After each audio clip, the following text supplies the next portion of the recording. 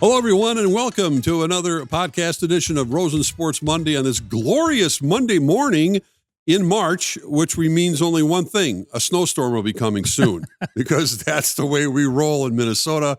We still have high school tournaments to go, and I've lived here my whole life, and I guarantee you there's at least one more good snowstorm coming, and maybe two before it's all over. But in the meantime, let's put a smile on our faces.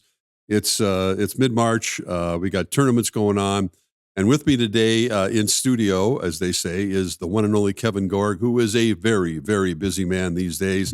And, you know, there's a lot to talk about going forward. We were just chatting off air about how the National Football League is never out of season. And this is a perfect example with free agency this week, the clock sort of ticking, unrestricted free agents. You can start, signing people on Wednesday, but you'll get all stuff leaked out by all these so-called experts. What the Vikings are going to do with the quarterback situation. Kevin, it's exhausting even thinking about, but this is how the NFL stays in season all the time. What a brilliant league, right? I think every league tries to look at the NFL and find out that secret sauce. How are they relevant 12 months out of the year? Every single year, it always matters what they're doing. And kudos to the league, right? And I think going back to when I first started cutting my teeth on NFL football. I'll go back to the 70s and the 80s, the Purple People Eaters. The NFL was the first league to embrace gambling. And the injury reports, the betting spreads, the pools, fantasy football. Like, this is the one that's been the benchmark. And you're seeing other leagues fall in line. And National Hockey League finally there. PGA Golf finally there. It was all set up by the NFL. Jimmy the Greek, your channel back in the day, WCCO. Man. But that's where it all started, and it's been crazy ever since. Oh, and Jimmy the Greek was criticized, too, because he was getting too personal about his own bets, I think, that he was making on the air. So good. Now it's all we do. Again, we could do an hour on the wagering and what goes on and how the leagues have all embraced it now, where they're posting live odds during the course of whatever game you're watching. 100%. And they don't even have to even audibly mention it, but here they are. The Wild are minus 145 right now, after taking a lead against Colorado, whatever the case may be. It's crazy how it's all gambling has infiltrated every aspect because of our devices and how many. That's a whole other story we're going to get into. Hey, listen, we'll skip over the NFL for now because there'll be plenty of time to talk about what the Vikings did or did not do. We don't know yet, other than the fact that as of this recording right now, they've signed Eric Wilson to come back, which I think is a great move. But the big question mark remains the QB, who's going to be the guy coming in. And the wild speculation continues to be that Kyler Murray is going to be the guy, that it's the best fit, et cetera, et cetera. But, I mean, what role is he going to play? How does J.J. McCarthy fit? This is what I'm talking about. We could do an hour on all this stuff, but we're not going to. We're going to wait. We're going to wait. So let's talk your favorite sport, hockey, and what a week it was for you and for all of Minnesotans to embrace with the state high school hockey tournament. And I was watching, video of some of the old stories, and here you are, Kevin Gorg, on a special visual. I think that we did on Channel 4. It was Channel 4. Pat Doyle, Steve Doyle. Steve Doyle did a thing. I mean, long before the technology like we have today. You were a goalie, of course, for Burnsville. What year was that now? 85 was my senior year. They came out and strapped the camera. They duct taped it to my helmet. Right. And they started by putting the camera on the net, and then they moved it to my helmet. And as I told you walking in today, I'm an idiot because I could have invented the GoPro and been a billionaire. I wouldn't be sitting here right now. I'd be at some beautiful, warm location at parts unknown. But no, incredible footage, right? Every one of my teammates, of course, now shooting at my head to try to knock the camera off the helmet. But for Steve Doyle and that crew, a brilliant idea. Like, I don't know where they even came up with it to put you in the eyes of a goaltender, because people always talked about goalies and what they deal with. Sure. And when they brought that camera out, they wanted to give people the perspective, put them in the crease, so to speak. And remember, this is 1985. Now you can surf with a surfer. You can go downhill with a skier. The GoPro has changed the way we take that in. But in 1985, that was crazy. We had never seen anything like it. No, it was looking at something like a archaic, they just landed on the moon. I mean, that kind of a camera that they put, because they wanted to, for the first part, take a look at what it looks like to have a goalie face hockey pucks at full speed. And you were the guinea pig. I was the guinea pig. And it was funny because as I watch that back, it strikes me, 41 years ago, I look completely different. I sound completely different. But then I look back and, it really did an amazing job because I lived that position. I know what it looked like to watch that blur of rubber come firing at you from 30, 40 feet out. When you watch that back, it took me back to that spot where I was a goalie. And it was like really cool to watch that back. And I hadn't seen it in years. It feels like, though, during tournament time, every once in a while that gets shuffled back out. It's good fun. Well, it's fun to see all those pieces that we did at Channel 4, and they pop up, once a year or whatever the case may be, and it's okay. But it's not to take anything away from what we witnessed this weekend. I know you were here for part of it.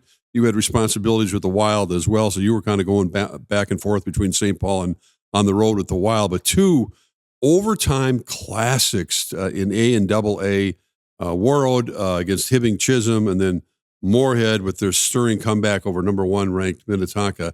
I mean, whatever people think nationally, even of the perspective of the state high school hockey tournament, pretty hard to top what we saw this weekend. It keeps getting better and better. And it doesn't matter if who the teams are, but in this case, Warroad, and you think of Hockeytown, USA. Yes. And the going back to Henry Boucher. I mean, it's unbelievable to think of the legendary players, but how they still produced the caliber of hockey players in such a small town year after year. And here they are, with champions again. Yeah, remarkable stuff for Warroad. And I just think the tournament in general, it's cliche, Rosie, but the tournament really does always deliver. We saw unbelievable skill plays. I was working Wednesday in the Class A, and a kid went between his legs and went upper shelf.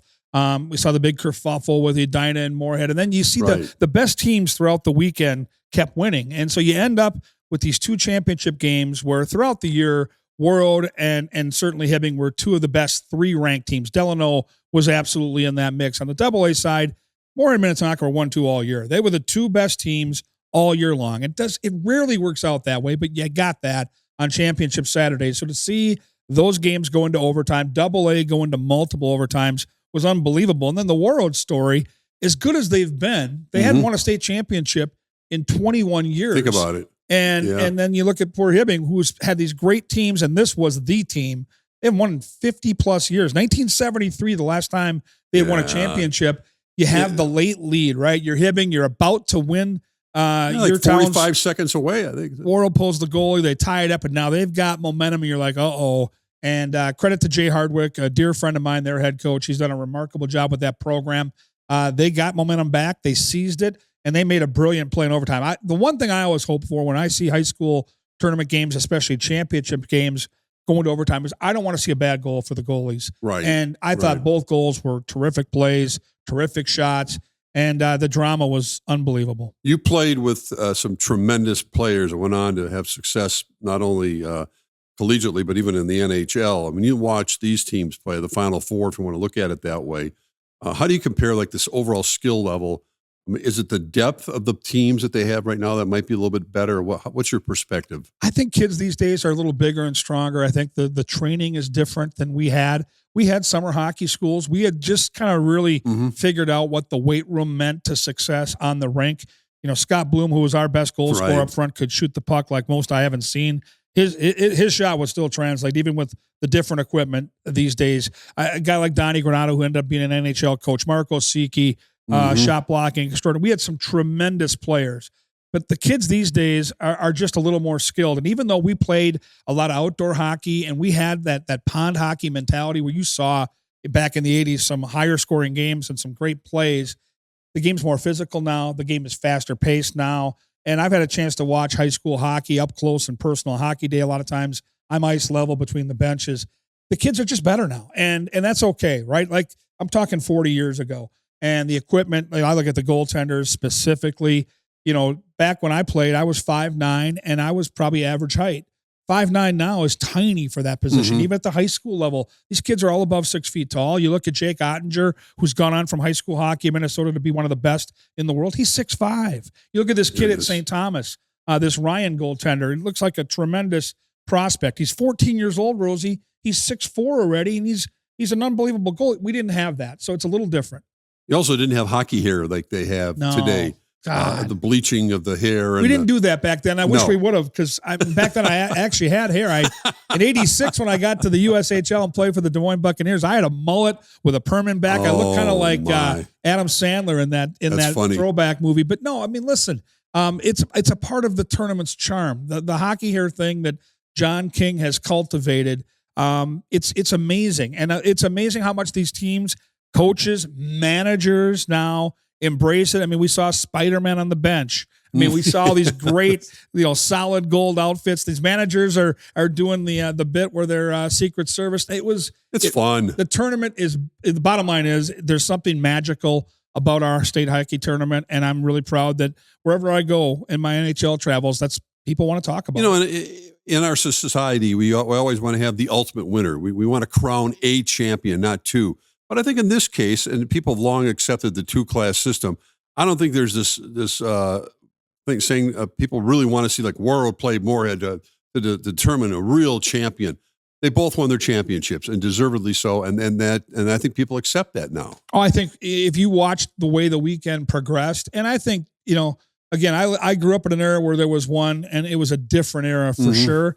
But if you look at the landscape of hockey now, and their numbers are an issue. Like, listen, it's not easy to raise a hockey player for these families. And when you look at the smaller communities, right, I think you have to give them a chance to play on a big stage. And so I think you would be missing something if we weren't able to see that tournament the way it played out, and now you're missing 6 or 8 of those teams.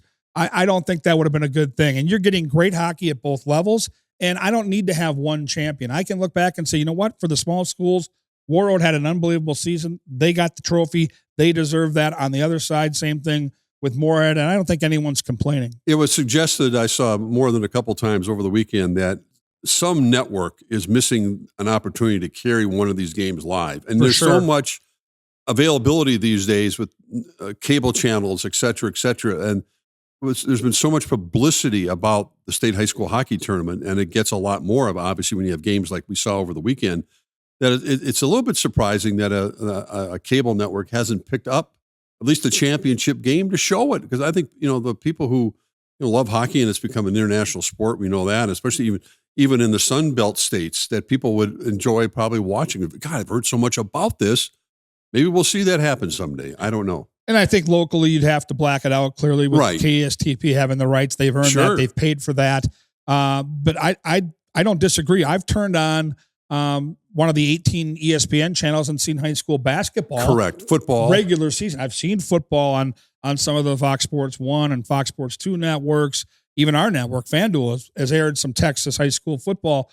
When you look at the championship weekend in Minnesota, and you would put that on TV, and even if people across the country have no idea what Moorhead and what Warroad and some of these, but you just watch the hockey and you see the crowds around that. I got back in time to go to the championship AA game. They sold 19,700 tickets to that game. And so I think it would be worthy, and I think people would watch. Yeah, it's something that every single year we talk about it, but more than lived up to the hype this weekend as well. We're going to take a break. We're going to hear from our wonderful sponsor, Lexus of Wayzata, Lexus of Maplewood. I just mentioned I went out a couple of weeks ago and I leased my first Lexus, and I am so damn happy with it. Thanks to my friend Charlie Swanson, and got the Lexus RX, and it drives like a dream. So let's hear from our sponsor. We'll come back and talk a lot of Minnesota Wild. There's so many aspects to talk about this hockey team as down the stretch we come, using your favorite horse racing term. Stay with us here. Kevin Gorg with us on Rosen Sports Monday. Hey, Rosie here for Lexus of Wayzata and Lexus of Maplewood. If you're in the market for a new luxury vehicle, look no further than my good friend Charlie Swanson at Lexus. Whether you're on the west or the east side of the Twin Cities, they have got you covered with 2 great locations, Lexus of Wayzata and Lexus of Maplewood. Check out the all-new Lexus TX, a spacious SUV with 3 rows of seating and plenty of room for all your gear. Head over to lexusofwayzata.com or lexusofmaplewood.com for details and to find your next ride today. Thanks again to Lexus, and thanks again to Kevin Gorg for stopping in here. I know you mentioned during the state high school hockey tournament you had responsibilities with the Minnesota Wild, had a very successful weekend overall, playing some of the top teams in the NHL, starting with Tampa Bay. They beat them at home decisively. Yeah, 5-1. 5-1. Went out to Vegas, a team that's been struggling a little bit, but they're still the Vegas Knights. And then had, games against, of course, Colorado Avalanche on national TV yesterday, and lost in the shootout, which is no big deal. But lots going on with this team I want to get your thoughts on, because Billy Guerin was pretty active at the trading deadline. It wasn't like a big splash, but he added some pieces. I want to get your theory about how that fits into what the Wild are trying to do down the stretch, and more importantly, heading into the postseason. Yeah, I thought that there were two schools of thought coming to trade deadline, and he had made the big move to bring in Quinn Hughes. And I thought Billy Guerin made a great point when he talked to the media this week. Like, he waited this summer and was criticized. Craig Leopold said we're going to have Christmas in July, and the fans were disappointed, and rightfully so. I get all of that. But because Billy waited, he had the ammunition to go out and make the biggest move of the year so far in the National Hockey League by bringing in Quinn Hughes. It was an aggressive move, and now a couple months later, it looks like a really franchise and team-changing move, Rosie. So with that being said, coming to the deadline, there was the talk of Vincent Trocheck. That was where it kept coming back to it. Mm-hmm. A top two line, so top six forward that can play in the middle, that's a right-handed shot. And a lot of talk was around they're going to likely have to use Jesper Wallstedt, who's one of their biggest trade pieces. And then you got Ryan Hartman, and you've got Charlie Stramel at Michigan State, and you've got that 27 first-round draft pick. Billy went a different direction. He hung on to those big pieces, maybe something this summer, maybe not. And he went out and made sure this team got a little bigger, got a little stronger, and got a little deeper. And the move that stands out to me last week, and we were in Vegas, trade deadline day, we're all scrolling, watching our phones, we're at practice, everybody's on pins and needles. David Jiricek, who I didn't think they could move. I really thought that the struggles that he's had have been well documented here in Minnesota. He's a big kid. He's a really good kid. It just hasn't taken, right? And they gave up all those draft picks, first, second, third, and fourth for him, right? We get that. But now, can you move this guy and get something serviceable? And I was talking with Wes Walls, who knows the game inside and out. He's like, maybe you get a third rounder for him. Maybe you get a fourth rounder for him. They go out and get Bobby Brink from Philadelphia, who's 24 years old and a terrific player. So I thought that was the move, but they made a bunch of moves. Getting back to Quinn Hughes, whatever, we didn't get a chance. I mean, we as hockey fans, I think we don't watch a lot of Vancouver Canuck hockey. It's just they're not on TV very often. Might be familiar with the name, obviously his brother, et cetera, et cetera. This may go down, and obviously a lot of it has to do with re-signing the young man. Correct. As one of the greatest trades in the history of Minnesota sports, forgetting about just hockey, what he's done and I hate to make the comparison, but I do it anyway because I'm old enough to remember Bobby Orr, and I'm not saying he's Bobby Orr reincarnate, but Bobby Orr had the ability to never be knocked off the puck, to always have eyes in the back of his head and have this playmaking ability like no one other. I can't remember watching a defenseman who's got that skill set the way that Hughes does. And I'll take another level. We all follow the league extremely closely. Right. We're in it, and we're in Vancouver. We're seeing the Canucks. We all knew he was a great player. I mean, we all watched and said, yeah, this guy is a really good defenseman, top 2 or 3 in the world. Until you watch him on your team and impact your roster and see what he does for the Minnesota Wild on a daily basis, the way he practices, the way he's changed the power play, the way he's changed everybody on that roster, but specifically Brock Faber. And Faber was a great player without him. He's just taken Brock's game to another level because they're so good playing off each other. I'll be the first to admit it. When that trade came down, I was like, we just gave up a lot. And now looking back, I'm like, I'd do it again in a blink. I mean, it's just an amazing, aggressive move by Bill Guerin. And I know people, you can say what you want about Billy G, but if you look at some of the moves this guy has made, and I look back at how they got Brock Faber when Kevin Fiala was not really going to be a player the Wild could afford to sign, and they were able to get him on a first-round pick. He has made some incredible moves. You look at the move he made to get Jake Middleton for a goaltender that has not been able to play at the National Hockey League level then and since. This guy's aggressive. He's unafraid, and a stark reminder that he's won cups as a player. He's won cups as a manager. He knows what a team looks and feels like. And so when he goes out and makes this move for Quinn Hughes, shame on anybody for having any doubt.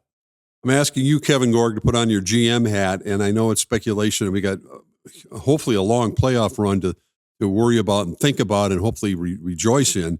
But Quinn Hughes is going to be a free agent, and we know that this is the case, and Billy Guerin hasn't shied away from it.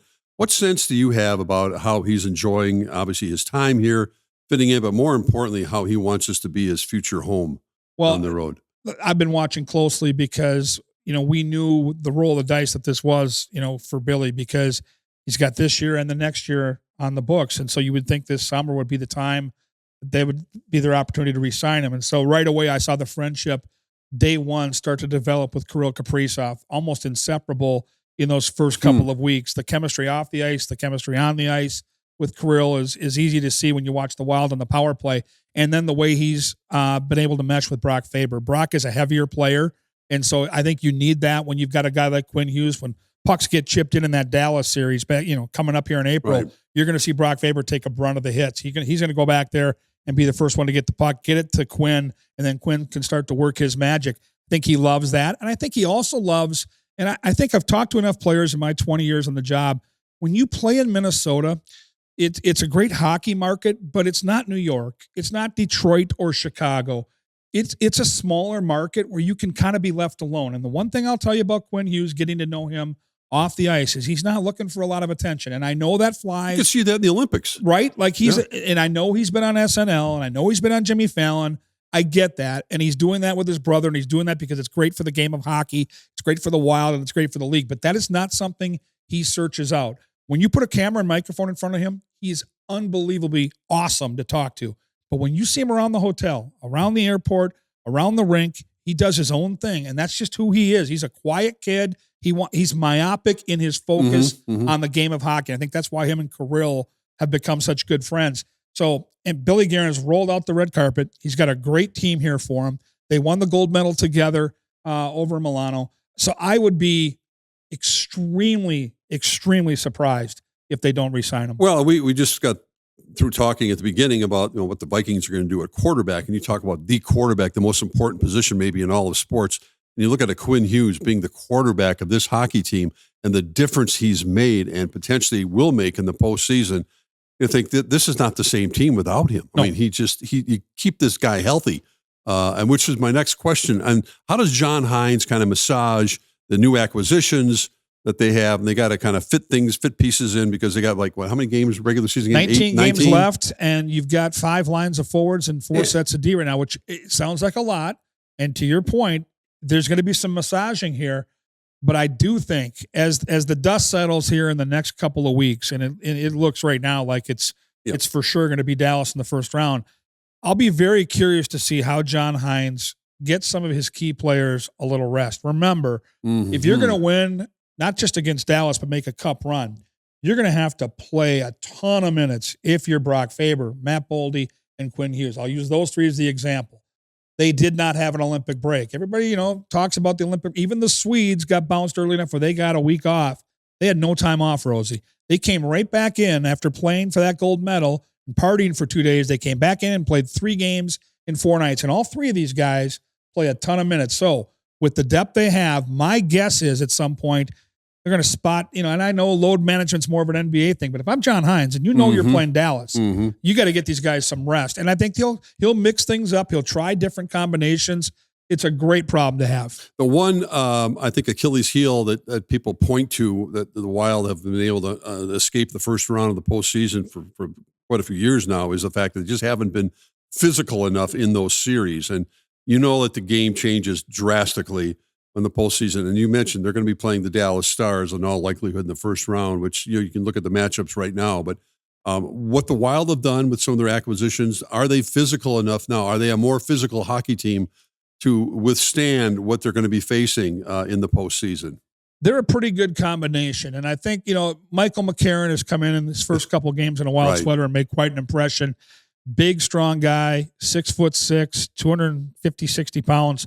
He's got some offensive skill, but he's going to be a penalty kill guy. He's going to be a 4th line guy. When you look at the potential, Rosie, to put Nick Foligno out there with Marcus Foligno and Michael McCarron, that is a really dangerous 4th line, because they've got enough offensive skill to beat you if the chance presents itself, but they are going to wear you down with physical play. And I think the combo platter comes from the fact that Jared Spurgeon, Quinn Hughes, Jonas Brodin, even these are lighter players. So you're going to need the Bogosians, the Middletons, the Fabers, the beef on that blue line to step up. And then you've got some depth right now. If you're going to have injuries in the Wild, that's the one thing I'll say. You can be critical about the first round exits. It's been a factor, but they've done so without key players every single year. When you're missing a Joel Eriksson, when you're missing a Kirill Kaprizov, when you're missing one of those defensemen I mentioned, it's been a challenge. My biggest hope for them on April 18th when the playoffs start is that they're healthy and their goaltending is trending in the right direction. And right now, and again, we're way too early, but right now the goaltending is absolutely ascending and they are close to being healthy. Johansson should be back this week, probably Foligno the week after. But I want that on April 18th. Well, John Hines is going to have some issues only because they're going to have some healthy scratches sitting up in the press box near you or down by the ice because you can't suit them all up. And that's going to be an interesting juggling act, I think, to kind of figure out. And I'm sure already they're planning for Dallas. They know what they're going to be facing. And they have 2 regular season games left, the Stars. Is that correct? That is. And that'll likely depict if one team can win both of those games, who gets home ice in that series. I will say this right now. I don't think home ice really matters in that series. I really don't. The Wild have been one of the best road teams in the National Hockey League all year long. What's interesting is I'll use Robbie Fabry as an example, a player they got a little earlier this week. He's a veteran player. He's a very useful player. He plays with speed and skill. He came in, played against Tampa, played well. He's played a couple of games, looked good. Healthy scratch in Colorado. Bill Guerin and John Hines, both when they met with the media this past weekend when we were in Vegas, talked about the conversations they had with all the players they brought in, explaining to them the situation at hand. This is a cup contender. This is a team that we want to have some depth with, but this is a team where you're going to have to pick and choose your spots. We might not use you every night. That doesn't mean we don't love you as a player or a person, but if you can't do that, then we're not going to do it. The conversation had been had, and I think these guys are mature players that can handle it because there are going to be some really tough decisions for John Hines and his staff if this team is fully healthy.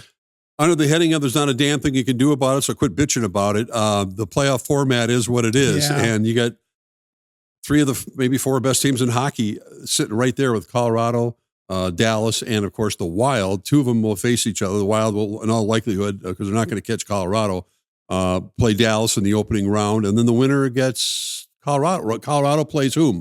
They'll play who? They'll likely play a team like Utah or Seattle, and they'll likely win. They're going to be a heavy favorite. But I'll say this, it sucks, and I don't like the format, and that's cool. Yeah. This is the format you've been given. The silver lining for me is if you're a team like Minnesota or Dallas and you win that first round series, you've won the hardest series in the entire league, all right? And if you come out of there, you're going to be playing great hockey. You're likely going to be going in the right direction. And then let's say you're able to take down Colorado. Those might be the 2 hardest series you have. And so now, I'm not saying that the conference final is going to be a cakewalk, but we just watched the Wild sweep Vegas in the season series. I'd have a hard time envisioning an Anaheim or a San Jose or any of those other teams in the Pacific beating a team like Minnesota or Dallas in that conference final. So it's tough. It's going to make for a really tough first-round series, which has been a big, big deal around here for the Minnesota Wild. But if they are able to get through that, I think, again, you play Colorado playing your best hockey, you give yourself the best chance. I think both Dallas and Minnesota are the 2 best teams to beat Colorado because they've got goaltending. I don't think you can beat the Avalanche without goaltending. And Jake Ottinger in Dallas is world-class. The Wild have 2 guys, as we saw again yesterday in Denver, that are more than capable. Well, let's talk about that as a former goaltender yourself and get your perspective because Wallstead, who was mentioned a lot, as you mentioned, in trade deadlines and was not moved and had a terrific game yesterday, losing in a shootout. How do you think John Hines will approach us with Gus Bus and Wallstead now, who played awfully well in tough conditions yesterday? You go with the hot goalie normally, and you kind of want to ride that person, but what's the method, the madness in getting to win 4 games in a tough series against the Dallas Stars with the goaltending situation? Well, I'll start with Wally because I think that the trade deadline really was wearing on him. And if you look at his play leading into that, it wasn't his best work. Yesterday, it looked like the guy we saw throughout most of the first half of the season. He's a remarkably talented kid. He's a great kid. He's a team-first kid. But it's going to be Gustafsson's net. So when you page forward to April 18th, right, NHL playoffs, Philip Gustafsson is going to be the man. He's got the big game experience, whether it's playoffs, whether it's Four Nations, or whether it's Olympics. Even though the Olympics this year didn't go his way, he's come back and played his best hockey of the season. I mean, we're talking now a handful of starts where he's been at his very best. It's going to be his net. But the cool thing now is by not moving Wally at the deadline is if he struggles, if he gets hurt, like last year he got sick. Now Now you've got a guy, and you've got a guy that's capable of winning you a series in Jesper Wallstedt. I'll look back at what the Wild had in Fernandez and Rosen. It's the only time we've been treated to any kind of a playoff real run, right, to the conference finals in 2003. Yeah. Both guys made contributions. Jacques Lemaire figured it out. I think John Hines, with his goaltending coach, Freddie Chabot, will get it figured out. Well, everyone's got stars on their teams, and the Wild have the two big ones are obviously Kaprizov and now Matt Boldy. What are your thoughts on the ascension of Matt Boldy, and obviously watching him in the Olympics and watching him dominate of late, because it seems like he's really hit his stride, and he's a legitimate threat every time he steps on the ice. He might be their best player. The cool thing now is you can argue three guys for the Wild's best player: Quinn Hughes, Kirill Kaprizov, and now Matt Boldy. What I like so much about Boldy is how hard he works. This is a kid that's put the time in. I think Matt Boldy was a benefactor of coming into the NHL and coming into the Minnesota Wild while Kirill Kaprizov was here, because Kirill kind of dragged him in to that whole staying after practice and working on your hands and working on your puck skills, because Boldy early on was kind of shadowing Kirill and learning the craft. And as I mentioned earlier, the thing that binds players like Quinn Hughes and Kirill Kaprizov together is just how myopic they are. They truly love being at the rink. They are just hockey lovers, rink rats, if you will. And Boldy now has become that guy. When we walk over to, so let's say the Wild are practicing tomorrow morning. You get to practice. Boldy's out there in his street shoes working on his puck skills. He's got the stick handling drill he does for about 15 minutes out on the ice. Then he does shooting. Then he goes and gets dressed, practices. Then he stays after the rink, and it's Kirill, it's Zuki, it's Quinn, it's him working on all these contests, these shooting and passing drills. It's one thing to have talent. It's another thing to work. And Matt Boldy has done this with incredibly hard work behind the scenes, and now it's being paid off as one of the best players in the league. Again, we're talking to Kevin Gorg about the stiff competition the Wild will face, hopefully in the first two rounds. Dallas took our hockey team. They won a cup. Colorado's won cups. The Wild have not got back to the Western Conference Finals since 2003. They barely gotten past the first round. How badly does this team, especially with the talent that they have, need to at least advance right now? And I don't want to be satisfied looking at that. If we get past Dallas, great season. I think if they get that far, if they beat Dallas, you're going to get hungry and hungrier to do more. And obviously Bill Guerin and owner Craig Leopold feel this team can go all the way. And I heard even the national guys talking. This is a legit Stanley Cup type team if they can win the first round series. They're one of the best 3 or 4 teams in the league. That cannot be argued. We've seen enough games now, 60-plus games, to know, Rosie, that is real. Then you look at the betting market. I was just out in Vegas. I wanted to maybe put a couple bucks on the Wild, and they're 10, 12-1. It's like, come on. Yeah. Are they 12-1? Yeah, they've been bet down. And that to me is a compliment to who this team is and what they can be. There's no question for the core guys on this hockey team, the Folignos, the Brodins, the X, the Spurgeons, that is a thing. And I mean it. That is something that weighs on them. I know them. I know how much they care. I know how much it bothers them. But the cool thing with what Billy Guerin has cultivated here as he's built this hockey team, Quinn Hughes knows nothing of that, right? Like he knows none of it. Matt Boldy barely knows it. It's been a couple of years for Matt Boldy. The rest of the guys they brought in at the deadline are all brand new. And so you've got an interesting mix of players. And I think the swagger that they're playing with right now tells me that they're different. And it's not going to be easy. And it's likely going to go 6 or 7 games. And you're going to have everybody playing at their best to beat Dallas. But I think this team is built to make a run. I think this group feels different. I think it's a team that for many years has been lucky and not completely like bought into the fact like we can do the unthinkable. We can go all the way. This group feels different. When you talk to them, when you watch them, when you see it, this team knows they're legitimately ready to roll. You've been around the sport for a long time and understand the psyche and psychology of the players. And I'm not saying other sports don't have that same zest to win a championship, but, they always have that saying, because it's the cup. I mean, there's something about, no one's talking salaries right now. No one's talking about bonuses. No one's talking about what the players will make if they advance for this round or that round. It's always about getting your hands on that Stanley Cup. That seems to be driven much more so than NFL free agency or what the NBA is doing or Major League Baseball and all the issues that they have going right now with the labor problems they're having. Hockey is unique in that way. And that's what I think Minnesota fans in particular, a whole generation has grown up without having been able to taste that opportunity, at least to get that far. You can only dream what St. Paul would be like in late May and early June to have that happen here, because it's been so long since we've been able to enjoy that.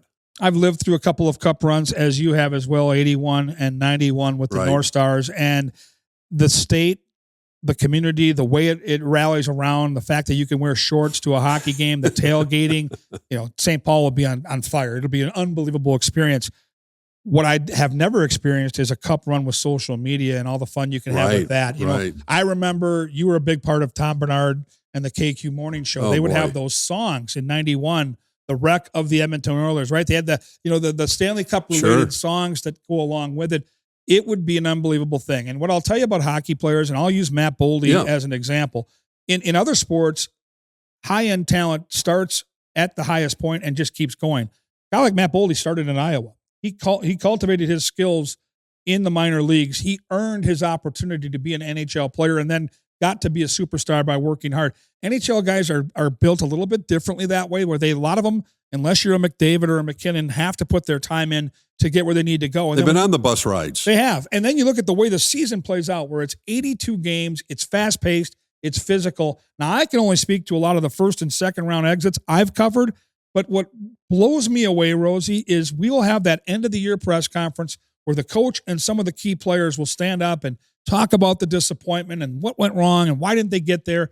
And then at the end, Billy Guerin talks and rattles off 5 and 6 different players every year that are going in for major surgery after they just got done playing. And that's one series. So when people talk about winning the Stanley Cup, when it's 4 consecutive 7-game in your face, physical, fast-paced series, I marvel at after an 82-game schedule. You have to be of a certain age, but are we past the bitterness towards the Dallas Stars? God, no. No. So we're still going to hear Norm Green sucks? Of course we are. Yeah, we're never going to get over that. And I think the younger fans have our producer Alex, who's a great kid, has no idea the pain watching an NHL team leave this market. I want to think back to that now. Having your team that you grew up with, the North Stars, taken away, and then a couple years later, seeing this beautiful building, the Met Center, which was an unbelievable place to watch best hockey buildings in the world. Way ahead of its time with a restaurant, the whole thing. Right. Watch that thing be imploded. I'm never going to get over it, and it fuels my passion for the game and my love of Minnesota Wild hockey, because 2003 was a big moment for this franchise. But for a lot of us of a certain age, it was a big moment for us to finally say, okay, I'm on board. And it took that long. Like, I was a season ticket holder for 5 or 6 years, and it took that long to say, all right, I'm going to put the ghosts of the North Stars and Norm Green aside. I'm going to embrace this right now. And it's been a love affair ever since. But what we haven't had is hockey in late May, hockey in early June, which we got to with the North Stars, and it was incredible. As we wrap this up a little bit, how does John Hines approach these final 17, 18 games when you know basically where you're going to be? They're second or third. Obviously, you'd like to get the second spot, but you can't take your foot off the pedal. Hockey players aren't built that way to really kind of aren't. back off. Other than you mentioned, maybe there'll be some players that get a little extra rest because they're going to need everybody on hand, and they're at their best when the playoffs begin. I think if you gave John Hines, Bill Guerin, and the coaching staff truth serum right now, they almost wish the playoffs were starting next week, because they're getting healthy. They're playing terrific hockey. I mean, they were hot going into the break. They came out, and you saw the big win right out of the break in Denver. And then you saw a couple of losses. The loss against St. Louis was a little bit like, what the heck? And then they come back this week. You mentioned it, Tampa, 5-1 win, go to Vegas, beat them pretty handily, and then go to Colorado and force a shootout, get 5 out of 6 points against those 3 teams. They're playing the type of hockey right now that you want to carry into the playoffs. So the challenge for John Hines is to keep this train rolling, keep that power play cooking, keep building chemistry, new faces. I think it's good for them to kind of integrate the personalities that they got at trade deadline to help them kind of mesh. And then for me, the 2 biggest factors, if they're going to beat Dallas, they're going to have to be healthy, and their goalies are going to have to be good. So right now you've got Gustafsson, and if Wally's start yesterday in Denver's any indication, you've got a couple of guys ready to take off. Give them plenty of games down the stretch and let them stay where they are right now. Is Kevin Gorg going to be very happy if on Derby Day you're going to be in St. Paul covering the Wild? I'll be thrilled. I'll be thrilled. Instead of Preakness Day, Belmont Day, June 7th. If you want to take the Triple Crown away from me, knowing that this team is going to make a run, listen, I really have grown to appreciate the players involved. I love the core guys in this hockey team. And I'm thinking right now of a cup run, what it would mean to Jared Spurgeon and Jonas Brodin and some of these longtime Wild players that I've covered from the day they came into the league. It would be extraordinary. And because they're such great human beings, I can kind of live vicariously through their fun. And I think this team's more than capable of doing it. Well, as long as you've been doing this has got to be a blast for you. It is so much fun. And when you say, and you tell by anyone who watches you, Kevin, your raw enthusiasm comes through loud and clear. And that's the beauty of this business, because if you still have that enthusiasm like you did when you were back playing for Burnsville High School, and you can apply it in your own way at this point of your life, and to be around these guys, it adds to the enjoyment for not only you, but for the fans as well who are watching it. Well, just think, Rosie, and obviously in your broadcasting career where you've been, but I'll go back to one of the really great moments. You got to be in Lake Placid and interview Herb Brooks. You end up, just like when you're coaching, you kind of live vicariously through the players you coach. When you're broadcasting, if you're with somebody for a long period of time, you end up kind of living the emotional roller coaster vicariously through them. And if you appreciate them and truly care about them and get to really respect the jobs they do and the people they are, which I do, it makes it that much more enjoyable. And so when Herb Brooks won that gold medal and you're there talking to Herbie, a Minnesota guy who you've known for years, you have a different perspective. And I think that's the same thing for all of us that cover the Wild, and we're on the team charter and we're in the hotel with them and we're at the rink and we see the ups and the downs. And I've covered these playoff losses and I've seen these guys brought to tears, and I know how much they care. I mean, a guy like Jared Spurgeon, like this, you can't find a player that cares more about the team than our captain. And so you want to see them get there so bad. And so it does add a different element when you're working those games. Is there one guy you get a kick out of? You do those in between period interviews quite a bit. I know you got to grab, you're grabbing people. Their minds are on the game, and yet they have the respect for you to sit and talk to you for a few minutes. Is there one guy that kind of like stands out in your mind who's always worth a quip or two? 100% Jake Middleton.